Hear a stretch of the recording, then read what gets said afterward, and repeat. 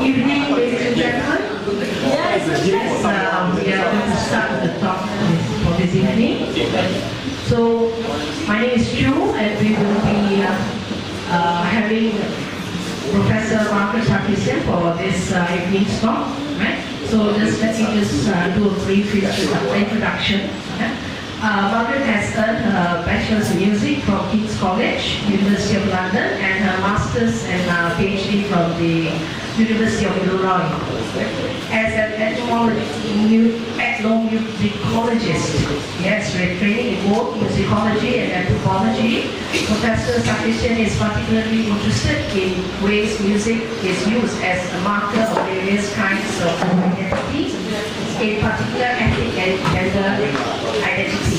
Her field research has concentrated on issues of identity among minority groups in Malaysia and among Armenian immigrants in Toronto and Chicago. She has worked extensively with the Malaysian Portuguese and straight-born Chinese, also called Baba Nyonya or Peranakan, communities of Malacca in Malaysia. Sarkissian's book, The Alphabet Children, Performing Tradition in Malaysia's Portuguese Settlement, explores the medium of the tourist show, in which domain she has extensive practical experience as an accordionist. She has also done research in Japan and on Islamic popular music in Malaysia. So can you please put your hands together and welcome Professor Sarkissian.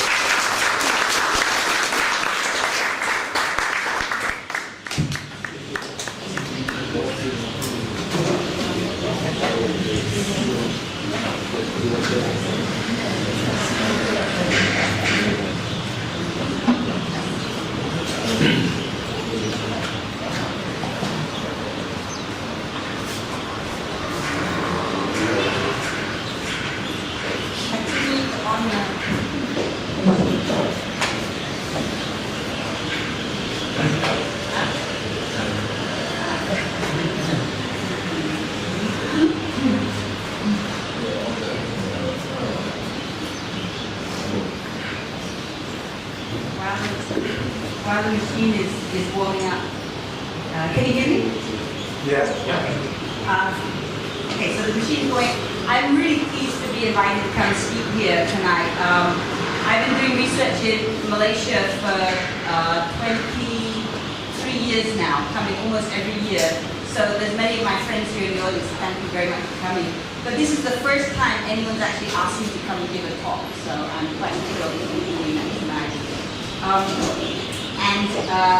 One of the advantages of talking at a place like this to a group like you is that I don't have to start out with some kind of lengthy introduction to Malaysia or to the Peranakan community, which is what I have to do when I'm speaking in America, because in America they can't tell the difference between Malaysia and Indonesia, so they always think that they're the same thing. But what I want to do today is to focus on using photographs, because I thought that would be of interest to you as a historical community. Okay. It's hard to hold all these things at once. As a historical and heritage club, if you're interested in these things, to show you some ways in which photographs can be of value. And they're really visual sources of what we call ethnographic information about the past, so that historical texts that can be interpreted, often in conjunction with print sources like newspaper accounts and things like that. They can also be very useful for anthropologists like myself for doing field work in the present, so they become a way of talking to people and engaging in conversations. So this study began about 10 years over when I met up with Robert C. and members of the PCM. So I've been working on this for quite a while. And I started out by just going to the PCM clubhouse, and you'll see some of the people here today. But what was very interesting to me was that the place was surrounded by photographs. course, now they've just been taken down, but until this recently, there were photographs all over the place. And this was really kind of a treasure trove for me because it was a way, it wasn't like a museum collection, but it was more a story that people used to tell about themselves. And documented all the different kinds of aspects of Peranakan life. And one of the things that I noticed that many of these photographs had musical related themes. So there was lots of photographs of parties, fancy dress balls, galas, theatrical things, lots of things connected with music.